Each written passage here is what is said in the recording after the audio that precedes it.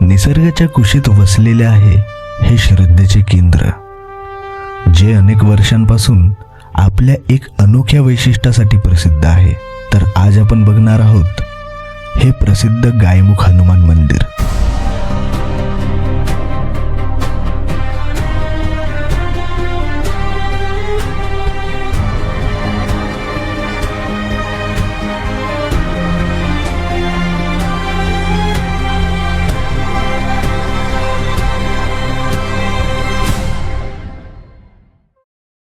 मित्रांनो, पुन्हा एकदा माझ्या चॅनलमध्ये आपलं स्वागत आहे. तर आज आपण चाललो आहे गायमुख हनुमान मंदिर इथं. तर चंद्रपूर जिल्ह्यातल्या बालापूर तडोदीच्या जवळ हे देवस्थान आहे. तर चला आज आपण तिथंच जाऊ डायरेक्ट. हे प्रसिद्ध मंदिर चंद्रपूर जिल्ह्यातील नागभेड तालुक्यात बालापूर गावाजवळ जंगलात वसलेले आहे. ह्या मंदिराच्या प्रवेशद्वाराआधी काही दुकाने बघायला मिळतात, जिथे पूजेच्या सामग्री मिळतात.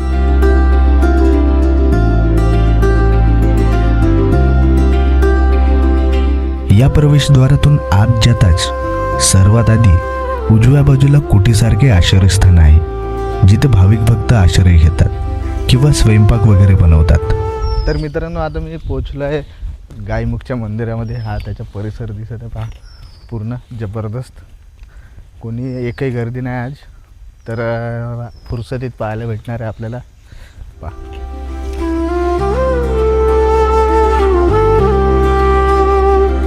इथून सरळ चालत गेलो की सर्वात आधी हनुमानजींचे मुख्य मंदिर आहे. मंदिराच्या आत गाभाऱ्यामध्ये हनुमानजी विराजमान आहेत आणि गाभाऱ्यावरती हनुमानजींचे विविध फोटोज आहेत.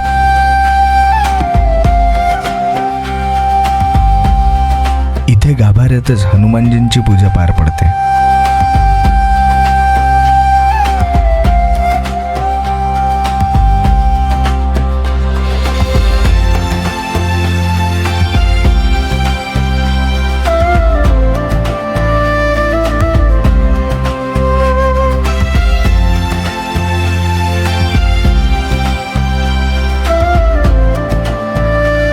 मंदिराबाहेर एक मोठी त्रिशूळ आहे आणि त्यासमोर एक कुंड पाहायला मिळते.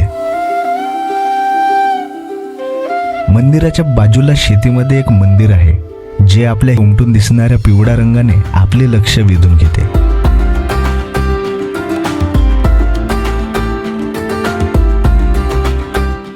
हे मंदिर आहे विठ्ठल रखुमाईचे मंदिर. या मंदिराच्या बाहेर ओट्यावर शिवलिंग आणि नंदी सुद्धा बघायला मिळतात. इथे बरेच माकडे बघायला मिळतील आणि तसंही हनुमानजींच्या मंदिर परिसरात माकडे बघायला मिळतातच. मुख्य हनुमानजींच्या मंदिराच्या मागे पुन्हा एक मंदिर आहे.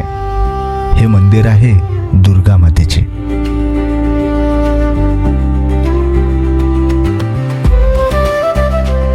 पण इथे फक्त दुर्गा माताच नाही, तर इतरही बऱ्याच देवतांच्या पुरातन मूर्त्या आहेत. हे हनुमान मंदिर आणि माता मंदिर या दोन मंदिराच्या मधात हे अनोखे वैशिष्ट्य असलेले कुंड बघायला मिळते. या कुंडाच्या एका बाजूला गायीच्या मुखासमान एक शिडा बघायला मिळते आणि याचे वैशिष्ट्य म्हणजे वर्षानुवर्षे या गायीच्या मुखातून अनंत झरा वाहतो आणि यामुळेच या देवस्थानाचे नाव गायमुख पडले. पण आम्ही जेव्हा गेलो तेव्हा हा प्रवाह पावसात सुद्धा बंद झालेला होता. नेहमी अखंड वाहणारा झरा हा अचानक बंद कसा पडला याचे मात्र नवल वाटले. मित्रांनो, आता तुम्ही जे माझ्या मागं बघत आहात, इथं तुम्ही बघत असाल ते जे आहे ते गायीच्या मुखाचे आहे. त्याच्यामुळे ज्या जागेचं नाव गायमुख पडले आणि त्या गायीच्या मुखातून नेहमीच पाणी येत असते. तर हा कुंड कधीच खाली राहत नाही. पण यावेळेस आम्ही आलो तर बंद दिसत आहे. तरी आपण जवळ जाऊन पाहू थोडंसं तरी पाणी येत असेल का. आणि हा बिलकुल याच्या समोरच्या भागात हा जो मंदिर दिसत आहे हा दुर्गा मातेचा मंदिर आहे. मंदिराच्या आतमध्ये वेगवेगळे अजून मूर्त्या आहेत आणि हा जो आहे मुख्य मंदिर आहे, जिथं हनुमंताची मूर्ती आहे. आणि ते जे तिकडे दिसत आहे ते मंदिर आहे विठ्ठल रखुमाईचे मंदिर. म्हणजे पूर्ण हा परिसर एवढा आहे. तिथे महाराजजी राहतात त्या घरामध्ये आणि हा आहे मेन कुंड. पण हा इथं पाणी येताना दिसत नाही. तर चला जवळ जाऊन पाहू काय आहे. तर मित्रांनो, थोडं जवळ जाऊन पाहू हे गायीच्या मुखातून पाणी का बरं नाही येत आहे. कारण की आजपर्यंत असं कधीच नाही झालं. एकदा पावसाळ्यामध्ये मागच्या पुरामध्ये इथचं पाणी ऑटोमॅटिक बंद झाला होता, नाहीतर इथं रोजच पाणी येते. यावेळेस का बरं नाही येत आहे तर काही त्याची आयडिया नाही. शायद आमचे नसीब नसणार इथं. पाहू. हे आहे गाईचे मुख. तर मित्रांनो, हा असा गायमुखचा परिसर आहे. एक निसर्गरम्य भागात वसलेला आहे, त्याच्यामुळे थोडा वेगळा वाईब येते इथं. कलरफुल वेदर आहे. पावसाळ्याचे दिवस आहेत सध्या चालू. फक्त गम याच गोष्टीचा आहे का हा बंद आहे. बाकी आमचे दर्शन झाले आहेत. या भागात स्ववापरासाठी घरगुती बोअरवेल्स यांच्या खोदकामामुळे इथच्या झऱ्यांवर फरक पडला असावा असा अंदाज आहे. झरी पाण्याचा प्रवाह शांत झाला आहे, पण भक्तांच्या श्रद्धेचा प्रवाह मात्र अजूनही अखंडच आहे. मी हा झरा पुन्हा सुरू झाला पाहिजे अशी हनुमंताला मागणी घालतो. भक्तिमय वातावरणासह निसर्गाचा सहवास सुद्धा या जगी लाभतो. तर असा हा गायमुख हनुमान मंदिर. पाणी वाहो अथवा न वाहो, पण प्रभू हनुमानांच्या चरणी वाहणारी भक्ती कधीच आटत नाही. कारण देवाचे अस्तित्व चमत्कारात नाही तर भक्तांच्या विश्वासात असतो. तो विश्वास जिथे जिवंत असतो तिथेच देव सदैव वास करतो.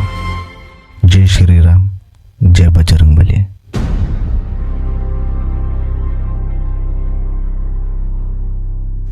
तर तुम्हाला हा व्हिडिओ कसा वाटला कमेंटमध्ये नक्की सांगा.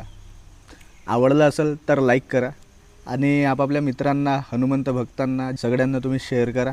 तर भेटू पुन्हा अशाच व्हिडिओमध्ये. तोपर्यंत साइन आउट.